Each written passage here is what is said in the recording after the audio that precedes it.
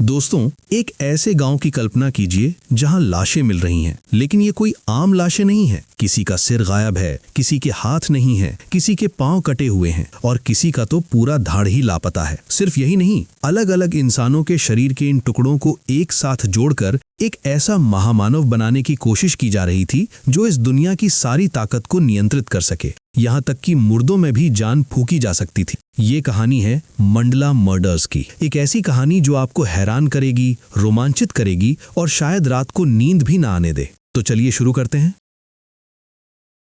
बात है 1950 के दशक की। भारत के एक छोटे से गांव चरणदासपुर में एक रहस्यमयी संगठन सक्रिय था जिसका नाम था आयस्था मंडला। इस संगठन का एक ही मकसद था, यास्त नाम के एक देवता को जगाना, और इस काम के लिए ये लोग निर्दोष इंसानों का खून करते थे। अलग अलग लोगों के अंग काटकर उन्हें एक साथ जोड़ते थे और फिर अपनी खास मशीन आयस्था यंत्र के जरिए उस जोड़े हुए शरीर में प्राण फूंकने की कोशिश करते थे। संगठन की मुखिया थी रुक्मिणी, और उस दिन यानी उनके हिसाब से यास्त के जागने का दिन, रुक्मिणी ने मृत देह की छाती में एक खास मणि बिठाई और आयस्था यंत्र चालू कर दिया। मशीन के जरिए एक पीड़ित के शरीर से खून खींचकर उस जोड़े हुए शरीर में जाने लगा। लग रहा था इस बार कामयाबी मिलने ही वाली है। उस जोड़े हुए शरीर के हाथ में हल्की हरकत भी दिखने लगी। लेकिन तभी बाहर कुछ हलचल मची। गांव के लोगों को पता चल गया था कि रुक्मिणी ही उनके गांव के लोगों को काले जादू के नाम पर मार रही है। गुस्साई भीड़ महल की तरफ दौड़ पड़ी। अंदर काम लगभग पूरा हो ही गया था, लेकिन तभी किसी ने उस जोड़े हुए शरीर पर मशाल से आग लगा दी। पल भर में सब कुछ जलकर राख हो गया। रुक्मिणी चीख चीख कर रोने लगी। इतनी मेहनत, इतनी कुर्बानियां और ऐन वक्त पर सब बर्बाद। जब भीड़ दरवाजा तोड़कर अंदर घुसी तो रुक्मिणी आयस्था यंत्र और मणि लेकर वहां से भाग निकली। उसकी एक दासी ने खास गैस छोड़कर बाकी लोगों को बचाकर निकाला। आयस्था मंडला की यास्त बनाने की कोशिश पहली बार नाकाम हुई। अब कट टू 2025। दुनिया बदल चुकी है। दिल्ली पुलिस के एक अफसर विक्रम सिंह को कुछ समय के लिए सस्पेंड कर दिया गया है। वो अपने पिता विश्वनाथ सिंह के साथ ट्रेन में चरणदासपुर लौट रहा है। ट्रेन में उनके सामने की सीट पर अभिषेक नाम का एक लड़का बैठा है। विक्रम की तेज नजर फौरन भांप लेती है कि अभिषेक के अंगूठे का नाखून कटा हुआ है और उसके बैग पर प्रेस लिखा है, यानी वो एक फोटो जर्नलिस्ट है। अभिषेक विक्रम की इस अवलोकन शक्ति से काफी प्रभावित होता है, लेकिन अपनी असली पहचान छुपाता रहता है। चरणदासपुर पहुंचकर विक्रम और उसके पिता घर पहुंचते हैं। घर देखते ही पुरानी यादें उमड़ आती हैं। 20 साल पहले विक्रम का एक छोटा भाई था, पवन। एक दिन दोनों भाइयों का एक्सीडेंट हुआ। विक्रम बचा लेकिन पवन नहीं। और उसी दिन एक और हादसा हुआ। विक्रम की माँ अचानक गायब हो गई। उनका हैंडबैग मिला लेकिन वो खुद नहीं। उस वक्त से लेकर आज तक उनका कोई अता पता नहीं। अगली सुबह अभिषेक एक मंदिर में फोटो खींच रहा था। तभी उसे वेंकट का फोन आया। सुजय और विजय नाम के दो भाई चुनावी फंड के नाम पर मुख्यमंत्री के एजेंट को रिश्वत दे रहे थे। अभिषेक वहां पहुंचकर छुपकर तस्वीरें खींचता है, लेकिन पकड़ा जाता है। उस दिन तो वो बच निकला, लेकिन अगले दिन उसकी लाश नदी में तैरती हुई घाट पर आ लगी। और ये कोई आम लाश नहीं थी। अभिषेक के हाथ और पांव काटकर उसके सिर से जोड़ दिए गए थे, जैसे सिर से ही हाथ पांव निकल रहे हों। बाकी का धड़ गायब था। माथे पर एक अजीब निशान खुदा हुआ था। विक्रम ने ट्रेन में अभिषेक को देखा था, इसलिए वो उसे पहचान गया, और वो माथे वाला निशान विक्रम को कुछ जाना पहचाना लगा। वो भागकर घर आया और माँ का पुराना पर्स खंगाला। पर्स में एक सिक्का था और उस सिक्के पर वही निशान था जो अभिषेक के माथे पर था, एकदम हूबहू। रात को प्रमोद विक्रम के पुलिस वाले दोस्त से बात करते हुए विक्रम ने कहा कि उसे अब भी यकीन है माँ जिंदा है और उसने माँ को ढूंढने का फैसला कर लिया। प्रमोद ने वादा किया वो भी साथ देगा। इधर स्थानीय नेत्री अनन्या भारद्वाज वेंकट से अभिषेक की खींची हुई तस्वीरें देखती है। अभिषेक ने मरने से पहले वो तस्वीरें भेज दी थीं। अनन्या मीडिया को ये खबर लीक करा देती है क्योंकि उसे पता है मुख्यमंत्री के शामिल होने की वजह से पुलिस ये केस दबा देगी। अनन्या का पति जयराज, एक पूर्व नेता, कमर से नीचे लकवाग्रस्त होने की वजह से बिस्तर पर पड़ा है। अनन्या के आगे बढ़ने से वो जलता है, लेकिन अनन्या परवाह नहीं करती। सीआईबी ऑफिसर रिया थॉमस, जो पहले से अभिषेक के केस में दिलचस्पी ले रही थी, को अगले दिन पता चलता है कि उसे प्रमोशन देकर स्पेशल ऑपरेशन टीम में भेजा जा रहा है।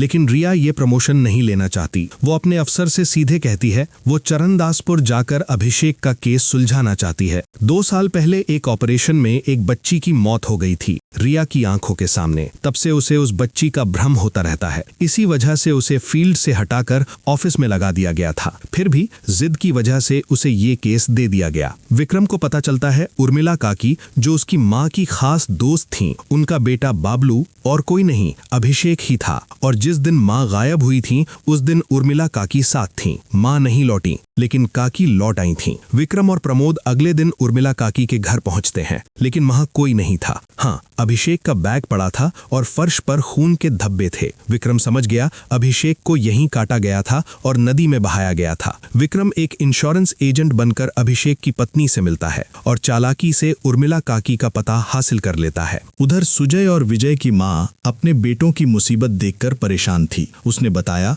7 साल पहले एक दुश्मन की वजह से दोनों भाई नेपाल की सीमा पर छुपे हुए थे। हालत ये थी कि दिखते ही मार दिया जाएगा। तब माँ एक औरत के पास गई जिसने उसे एक सिक्का देकर बरुणा जंगल जाने को कहा। वहां एक तांत्रिक था और उसके सामने वही आयस्था यंत्र। सिक्के को मशीन में डालने पर मशीन चालू हो गई। तांत्रिक ने कहा वरदान के लिए बलिदान देना होगा। दाहिने हाथ का अंगूठा। माँ ने अंगूठा मशीन के छेद में डालकर वरदान मांगा, बेटे बच जाएं, दुश्मन का सर्वनाश हो। अंगूठा कट गया और चमत्कार हुआ। मधुमक्खियों का झुंड आया और दुश्मनों पर टूट पड़ा, लेकिन भाइयों को एक भी ने नहीं काटा। मुख्य दुश्मन खाना खाते हुए गले में अटक कर मर गया। अब बेटे मान गए जंगल जाकर वरदान मांगना होगा। रिया चरणदासपुर पहुंचकर जांच शुरू करती है। सबसे पहले नाम आता है अनन्या का, क्योंकि उसने अभिषेक के कैमरे और लैपटॉप से तस्वीरें डिलीट करवाई थीं। रिया अनन्या की गाड़ी में ही बैठ जाती है और पूछताछ शुरू करती है। अनन्या हर सवाल का जवाब देती है, फोन लोकेशन का,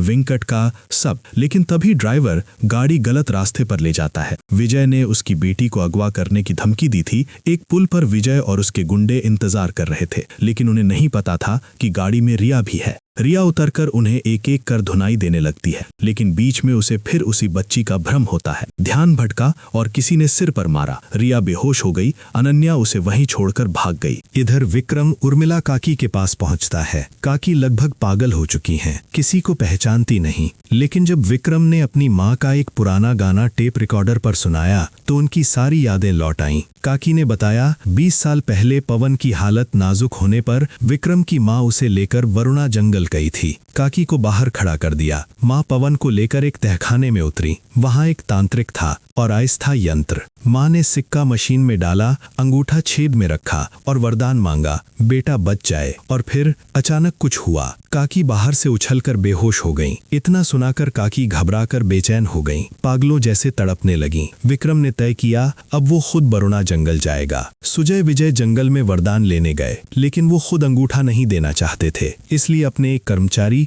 बिरजू को पैसे देकर ले गए। बिरजू ने मशीन में अंगूठा डाला और अपने लिए वरदान मांगा, उसका खोया हुआ बेटा वापस आए। अंगूठा कट गया। तभी सुजय विजय ने बड़ी गलती की। उन्होंने तांत्रिक पर बंदूक तान दी। तांत्रिक ने बस एक हल्की मुस्कान दी और फिर तबाही शुरू हुई। उनके सारे साथी मरने लगे। दोनों भाग निकले, लेकिन तभी एक नकाबपोश वहां आया। धुएं से दोनों भाइयों का शरीर लकवाग्रस्त हो गया। नकाबपोश ने एक एक कर दोनों के हाथ काटे और गला रेत दिया। बिरजू को नकाबपोश ने इसलिए छोड़ दिया क्योंकि उसका अंगूठा कटा था, यानी वो वरदान मांगने आया था। जब विक्रम जंगल में पहुंचा तो बिरजू सदमे में बैठा था। गाड़ी की डिक्की से आवाजें आ रही थीं। रिया वहां बंद थी। विक्रम ने डिक्की खोली। दोनों ने अपना परिचय दिया। विक्रम दिल्ली पुलिस, रिया CIB। सामने आग की लपटों में सुजय विजय की लाशें थीं। उनके चारों ओर गोलाकार आग जल रही थी। फॉरेंसिक टीम को बुलाया गया। विक्रम तहखाने में उतरा। वहां अंधेरे में एक दीवार पर किसी इंसान की आकृति बनी थी। छाती की जगह एक गड्ढा था। ये यास्त देवता की आकृति थी। विक्रम कुछ समझ नहीं पाया। बिरजू से पूछताछ में पहले तो वो हकलाया, लेकिन थोड़ी सख्ती के बाद सब उगल दिया। सुजय विजय की माँ के वरदान की कहानी और फिर अपनी। उसने मशीन में अंगूठा देकर अपने खोए हुए बेटे के वापस आने की दुआ मांगी थी, और सच में उस दिन उसका बेटा 5 साल बाद घर लौट आया। रिया ने बिरजू को समझाया, हो सकता है जो नकाबपोश है वो तुम्हारे बेटे को इस्तेमाल कर तुम्हें काबू करना चाहता हो। बिरजू मान गया। उसने नकाबपोश के बारे में सब बताने का फैसला किया। रिया ने अनन्या से भी पूछताछ की। रिया बोली, आप चाहती थी मैं मर जाऊं ताकि सुजय विजय CIB अफसर की हत्या के जुर्म में फंसकर चुनाव से बाहर हो जाएं। और आपको मैदान साफ मिल जाए। अनन्या कुछ नहीं बोली। अब विक्रम की बारी थी पूछताछ की। उसने बताया उसकी माँ 22 साल से लापता है। अभिषेक के माथे पर जो निशान था वो उसकी माँ के सिक्के से मेल खाता है, इसीलिए वो जंगल गया था। रिया ने देखा बिरजू के पास भी वैसा ही सिक्का था। विक्रम बोला, मुझ पर शक करने से कुछ नहीं होगा, मैं इस केस में आपकी मदद कर सकता हूँ। रिया ने सोचा विक्रम स्थानीय है, पुलिस इंस्पेक्टर है, साथ रखना ठीक रहेगा। तभी कवला शास्त्री आया, एक ज्योतिषी जो खुद को छाया विशेषज्ञ बताता था। उसने कहा आज सुबह पूजा के दौरान उसने हत्यारे की छाया देखी। छाया के साथ जैस्मिन फूल की खुशबू थी और वो फूल सिर्फ बरुणा जंगल में मिलता है। वो जंगल गया तो सुजय विजय की हत्या वाली जगह के पास ही जैस्मिन का पेड़ था। वो बोला हत्या के लिए एक पुरानी तलवार का इस्तेमाल हुआ और उसका डर हत्यारे का अगला निशाना वो खुद है, क्योंकि उसके दोस्त जिमी खान ने हिसाब लगाया है कि अगली हत्या किसी शनक यानी गुरु की होगी। शास्त्री 38 साल से शिष्यों को पढ़ाता था, वो एक शनक था। शास्त्री की पत्नी कालिंदी वहां आकर उसे खींचने लगी, बोली बेकार की बातें कर रहे हो। शास्त्री बोला घर जाओ, मैं आता हूँ, और चला गया। विक्रम सीधे जिमी खान के घर पहुंचा। जिमी एक अजीब किस्म का पागलनुमा बुढ़ा था। उसके घर में बस वो और उसकी नातिन नूर थी। विक्रम ने छिपा कर पूछा, हत्याओं के बारे में क्या जानते हो? जिमी भांप गया ये पुलिस वाला है और उसे घर से निकाल दिया। रिया अपने साथी मल्लिक के साथ शास्त्री के घर के सामने एक नाई से पूछती है, शास्त्री कैसा आदमी है? नाई बोला, थोड़ा पागल सा है। उनका एक बेटा था जो 8 साल पहले मर गया, अमृत। ये सुनकर रिया चौंकी, क्योंकि थाने में शास्त्री की पत्नी ने कहा था कि उनका बेटा अमृत खाना खाने के लिए इंतजार कर रहा है। मतलब ये दोनों एक मरे हुए बेटे से बात करते हैं जैसे वो जिंदा हो। रिया पूछताछ के लिए शास्त्री के घर पहुंची। बिजली के बजाय सिर्फ दीपक जल रहे थे। शास्त्री ने बताया ट्यूबलाइट से अमृत को तकलीफ होती है। रिया ने पूछा, तुम्हें हत्या का कैसे पता चला? शास्त्री ने समझाया, जैसे हम कोई चीज देखकर आंख बंद करने पर भी उसे कल्पना में देख सकते हैं, वैसे ही हर इंसान की एक अंतिम छाया होती है। रिया ने पूछा, तुमने हत्यारे का चेहरा क्यों नहीं देखा? शास्त्री बोला, चेहरा ढका था, वो बहुत तेज था। तभी शास्त्री बोला, तुम भी उस बच्ची की आत्मा देखती हो ना? और बगल की तरफ इशारा किया। रिया ने देखा, फिर वही बच्ची का भ्रम। पीछे की झूलती कुर्सी अपने आप हिलने लगी। शास्त्री बोला, उसमें उसके बेटे अमृत की आत्मा बैठी है। कालिंदी चाय लेकर आई और अमृत को पांव सिकोड़ने को कहा, जैसे कुर्सी पर कोई जीता जागता बैठा हो। रिया जाने के लिए उठी, तभी शास्त्री अजीब हरकत करने लगा। चीखते हुए अपना गला पकड़ा, जैसे कोई उसे घोंट रहा हो या जहर चढ़ रहा हो। पल भर में तड़प कर मर गया। रिया भागकर ऊपर छत के कमरे में गई। वहां धुआं उड़ रहा था और कालिंदी ध्यान में बैठी थी, लेकिन उसका सिर नहीं था, सिर्फ धड़। हत्यारा उसका सिर काट कर ले गया था। रिया एकदम सन्न रह गई। उसने समझा शनक शास्त्री नहीं बल्कि कालिंदी थी। विक्रम वीडियो कॉल पर कविता को देख रहा था जो कोमा में पड़ी थी। पुरानी यादें आ गईं। विक्रम पुलिस में था, कविता न्यूज रिपोर्टर थी। एक बार विक्रम को किसी ने DDK प्राइवेट लिमिटेड कंपनी के गोपनीय दस्तावेज भेजे। कविता ने उन्हें जांच कर बताया, ये एक बड़ी खबर है, 10 करोड़ का घोटाला। लेकिन विक्रम ने रोका। DDK telecom minister Sumer Rana की कंपनी थी और जिस लड़के ने दस्तावेज भेजे उसे उसी दिन मार दिया गया। विक्रम के घर से निकलते वक्त 2 लोगों ने उस पर गोलियां चलाईं। कविता ने उन्हें रोकने की कोशिश की और उसके सिर पर वार हुआ। तभी से वो कोमा में है। शास्त्री के घर का हाल सुनकर विक्रम वहां पहुंचा। कालिंदी के कमरे से एक अजीब सी गंध आ रही थी, वही गंध जो सुजय विजय की हत्या वाली जगह पर भी थी। रिया ने दिखाया एक गोली जैसी चीज जिससे धुआं निकलता है। इससे लोग अस्थायी रूप से लकवाग्रस्त हो जाते हैं। विक्रम ने देखने की कोशिश की तो रिया ने एविडेंस बॉक्स में रख दिया, लेकिन विक्रम ने चुपके से उसे जेब में डाल लिया। विक्रम ने रिया को जिमी खान और मंडला का स्केच दिखाया। रिया ने पहले ध्यान नहीं दिया, लेकिन कालिंदी के अलमारी के पीछे एक छोटा कमरा मिला जिसमें 8 अलग अलग निशानों वाले डिब्बे थे। हर डिब्बे में वैसे ही सिक्के थे जो आयस्था यंत्र चलाने के लिए चाहिए थे। जिमी खान को जब ये सब दिखाया गया तो उसने बताया कालिंदी कोई साधारण गृहिणी नहीं थी, वो खुद एक शनक थी। लोग उसी से सिक्के लेते थे, उसी से सीखते थे। रिया को याद आया शास्त्री की मृत्यु से पहले कालिंदी चाय देकर गई थी। चाय में जहर था, यानी कालिंदी की हत्या नहीं हुई, उसने खुद अपना बलिदान दिया। वो जानती थी कोई उसका सिर लेने आएगा, इसीलिए वो ध्यान में बैठ गई। जिमी खान ने बताया मंडला में 8 चरण हैं, अब तक 3 पूरे हो चुके हैं। पहला भ्रमणकारी का धड़ यानी अभिषेक का, दूसरा शुंभ निशुंभ के हाथ यानी सुजय विजय के, तीसरा गुरु का सिर यानी कालिंदी का। अभी 5 और बचे हैं और हर निशान एक खास किस्म के इंसान का मांगता है। जिमी खान को दोनों से ये काम सौंपा गया। बाकी 5 निशानों का मतलब निकालो। चौथा निशान था राजवंशी की सुंदरी का चेहरा। जिमी ने जल्दी से विक्रम को बता दिया। विक्रम सोचने लगा, इस इलाके में राजवंशी और सुंदर महिला कौन? अनन्या। उसने फौरन अनन्या को फोन किया। सुरक्षा बढ़ाओ। अनन्या बेफिक्र बोली, इतनी चिंता है तो खुद आकर सुरक्षा संभालो। विक्रम उसकी मीटिंग में पहुंच गया। रात को अनन्या ने विक्रम को पास के एक परिचित के घर ठहराया। उन्होंने पुरानी बातें याद की। अनन्या के पिता ने विक्रम को बॉडीगार्ड रखा था, तभी से अनन्या उसे पसंद करती थी, लेकिन कह नहीं पाई। फिर 4 साल बाद अनन्या की छोटी बहन कविता और विक्रम में रिश्ता हो गया। आज अनन्या ने वो बात कह दी और दोनों भावुक हो गए, लेकिन विक्रम ने खुद को संभाला। वो बाहर सिगरेट पीने गया,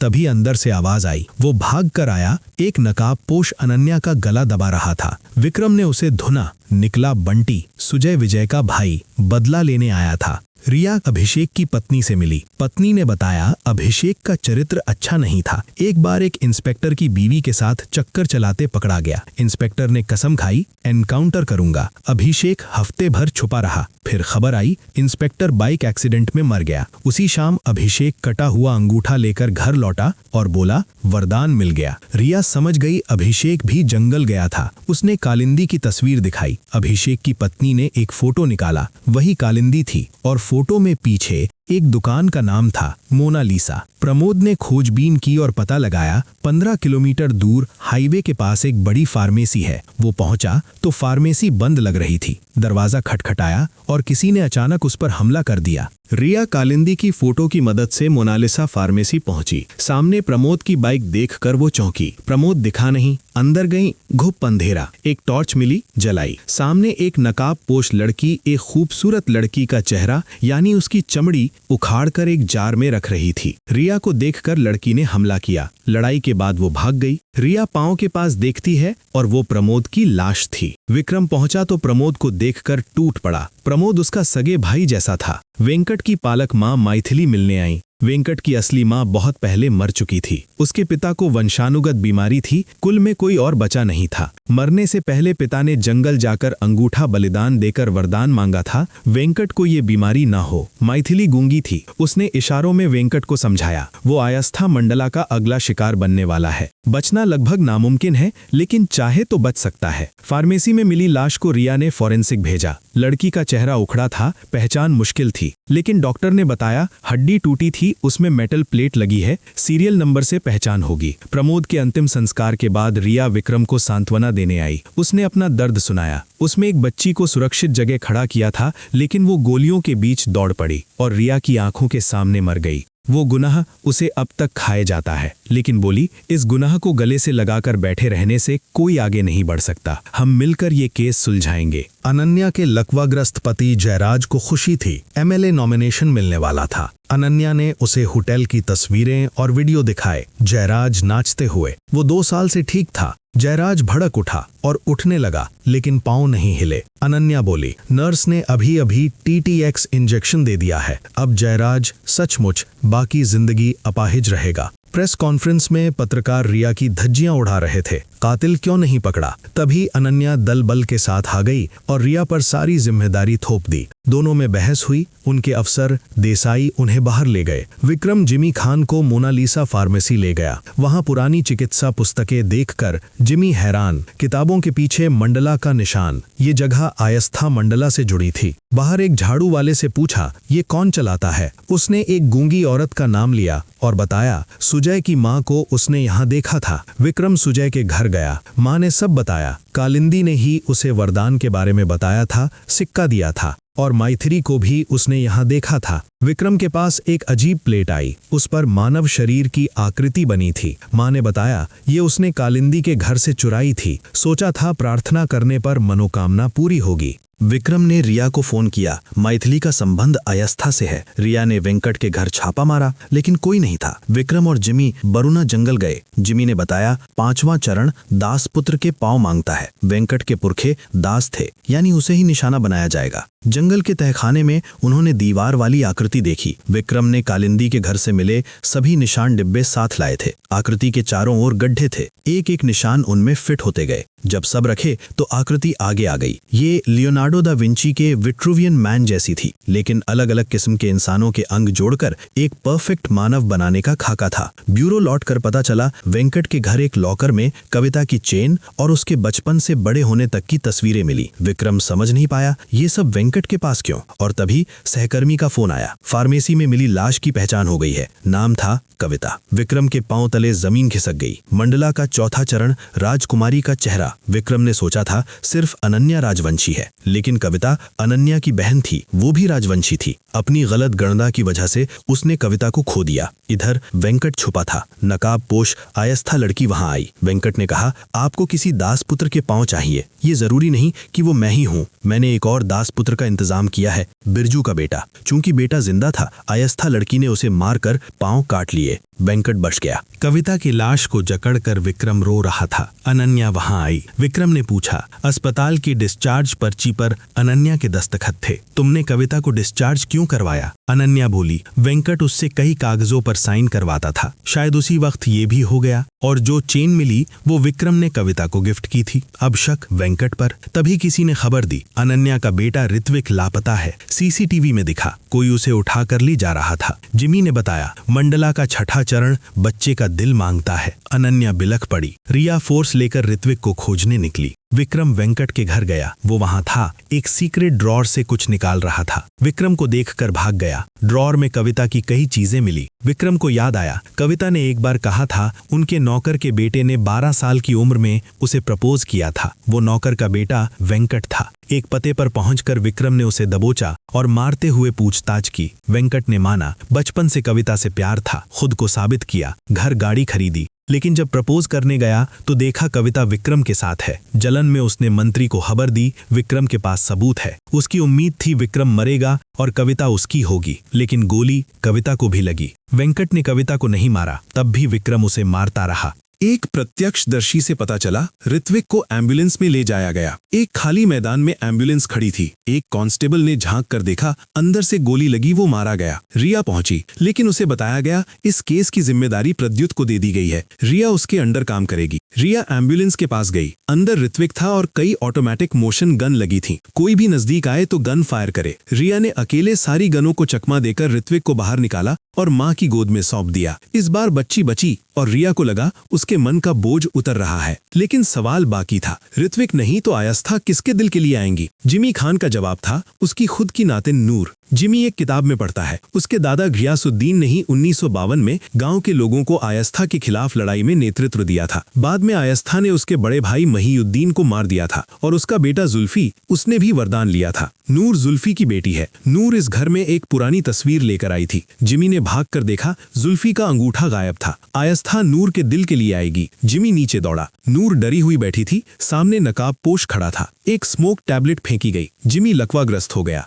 नकाबपोश नूर को उठाकर ले गया। रिया कुर्सी पर बैठे बैठे झपकी लेने लगी। सपने में उसी जैसे चेहरे वाली एक खून से लथपथ औरत बार बार चेतावनी दे रही थी, आयस्था को मोको। तभी फोन बजा। जिमी को होश आ गया था। रिया अस्पताल पहुंची। जिमी ने एक किताब थमाई और बोला, पढ़ो, इस मंडला चक्र से तुम भी जुड़ी हो। रिया ने खोला, अपने ही जैसे चेहरे की एक औरत की फोटो। ये उसकी नानी थी। 1951 में वैज्ञानिक दंपति आनंद और नंदिनी चरण दासपुर आए थे। उद्देश्य था एक न्यूक्लियर पावर प्लांट बनाना। इस काम में मदद कर रहे थे गियासुद्दीन, एक स्थानीय महाजन जयानंद और एक अंग्रेज रॉबर्ट। लेकिन पावर प्लांट के लिए जो जगह तय हुई, वहां रुक्मिणी और आयस्था पहले से थे। नंदिनी अंदर रुक्मिणी से बात करने गई। रुक्मिणी ने उसे यास्त देवता की दीवार वाली आकृति दिखाई। नंदिनी की नजर उसकी छाती में लगे पत्थर पर टिक गई। वो कोई साधारण पत्थर नहीं था, वहां उसे अलग किस्म की ऊर्जा महसूस हुई। रुक्मिणी ने उसे अपनी पवित्र किताब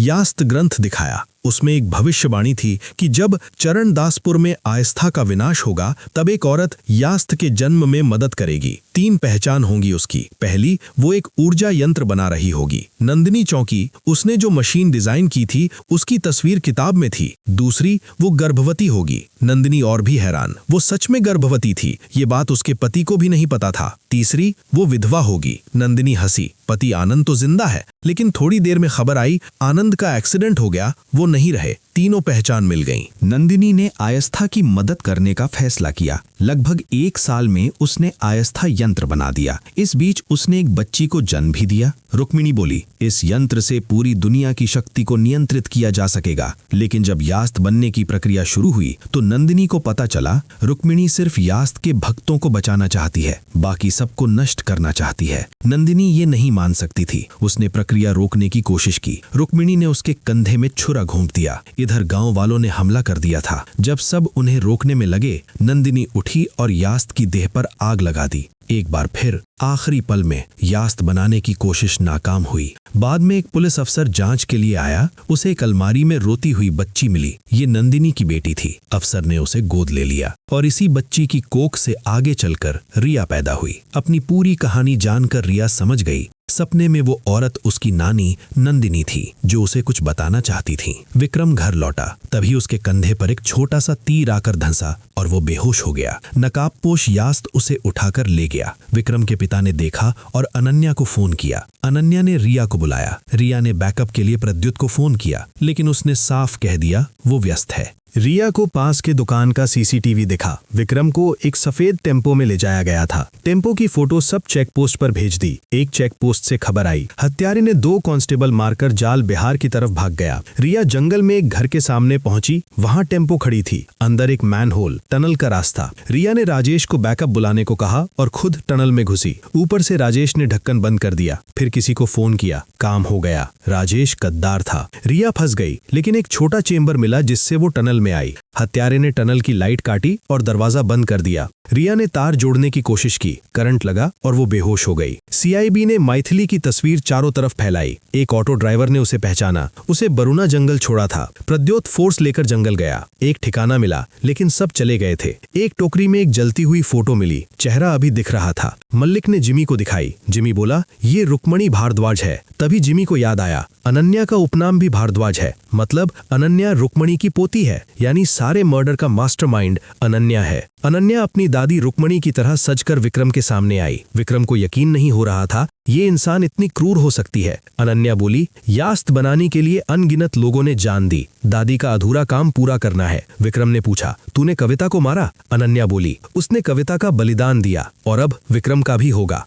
मंडला का 7वां चरण, चमत्कारी इंसान का खून, यानी वो जो मौत के मुंह से लौट आया हो। विक्रम एक बार गोली खाकर बचा था और उसकी मां ने आयस्था से वरदान लिया था, इसीलिए वो उनका निशाना था। फिर अनन्या ने एक और झटका दिया। एक औरत सामने आई, विक्रम की मां, 20 साल बाद, लेकिन मां उसे पहचान नहीं रही थी। पवन की मौत के गम में वो पागल हो चुकी थी। बस एक ही जुमला दोहराती थी, मेरा बेटा बच जाए। वो इसीलिए जिंदा थी क्योंकि उनका वरदान अधूरा था। पवन मरने से पहले ही चला गया था। जब तक वरदान पूरा ना हो उन्हें जिंदा रखना था। अनन्या ने मां के हाथ से विक्रम को इंजेक्शन दिलवाया। वो बेहोश हो गया। उसका खून मशीन के जरिए यास्त की देह में पहुंचाया गया। छाती में मणि बिठाई, आयस्था यंत्र चालू हो गया। रिया के सपने में नानी आई, यास्त को रोको नहीं तो सर्वनाश होगा। रिया को होश आया। वो ठिकाने में घुसी। अनन्या ने अपने सबसे खतरनाक योद्धा मोक्षा को उसे रोकने भेजा। मोक्षा साधारण नहीं था। अब तक सारे खून उसी ने किए थे, लेकिन रिया ने पूरी ताकत से लड़ाई की। तभी मशीन में खराबी आई। उनके लोगों ने देखा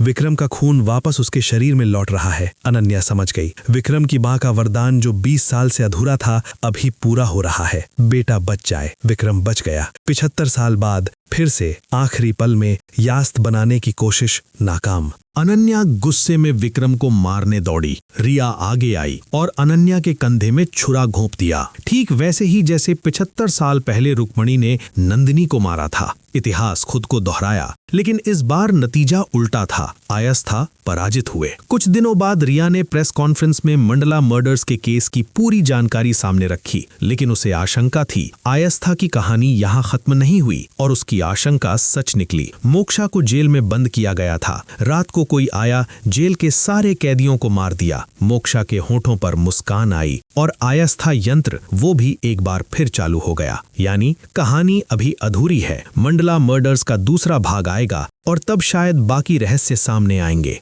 दोस्तों, प्रकृति का एक नियम है, कुछ पाने के लिए कुछ खोना पड़ता है। जितना बड़ा वरदान उतना बड़ा बलिदान। इस कहानी ने यही सिखाया। हम उतनी ही उम्मीद रखें जितना खोने का हौसला हमारे पास है। लालच में अंधे होकर हम ना सिर्फ खुद बल्कि अपने प्रियजनों को भी मौत के मुंह में ढकेल देते हैं। ये था मंडला मर्डर्स का पूरा सफर। अगर ये वीडियो आपको पसंद आई तो लाइक करें, चैनल को सब्सक्राइब करें और दोस्तों के साथ शेयर करें। मिलते हैं अगले एपिसोड में, तब तक ख्याल रखिए।